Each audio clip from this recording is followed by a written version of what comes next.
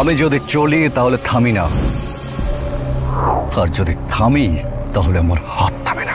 এবার আমিন খানের বাজিমাত এক অ্যাকশনেই যেন তার জীবনের ক্যারিয়ারে নতুন মোড় ঘুরিয়ে দিয়েছে। এই প্রথম আমিন খানকে এমন আড়ম্বরপূর্ণ এবং অ্যাকশন প্যাক উপায়ে একটি বাণিজ্যিকভাবে দেখা গেছে এবং এটি দর্শকের মনে স্থায়ী ছাপ ফেলেছে।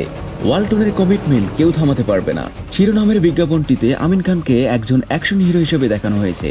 তার সাক্ষর শৈলী এবং কারিশমা প্রদর্শন করা হয়েছে। গল্পের ধারণা ছিল আমিন খানের নিজের এবং বিজ্ঞাপনটি পরিচালনা করেছিলেন শাহেদ শাহরুখ। বিজ্ঞাপনটি আমিন খানকে ঘিরে আলোড়ন সৃষ্টি করেছে। এই প্রথম আমিন খানকে এমন আড়ম্বরপূর্ণ এবং অ্যাকশন প্যাক উপায়ে একটি বাণিজ্যিকভাবে দেখা গেছে এবং এটি দর্শকের মনে স্থায়ী ছাপ ফেলেছে। বাংলাদেশি চলচ্চিত্রের সুদর্শন নায়ক আমিন খান তার বয়সের তুলনায় এখনও তারুণ্যই রয়ে গেছেন। মেয়েধীন শরীরে তিনি আগের মতো প্রাণবন্ত রয়েছেন। 1990 সালে নতুন মুখের সন্ধানে প্রতিযোগিতার মাধ্যমে মিডিয়া এসেছিলেন চিত্রনায়ক আমিন খান। মোহাম্মদ হোসেনের অবুঝ দুটি মন ছবির মাধ্যমে তার রূপালী পর্দায় পদার্পণ ঘটে।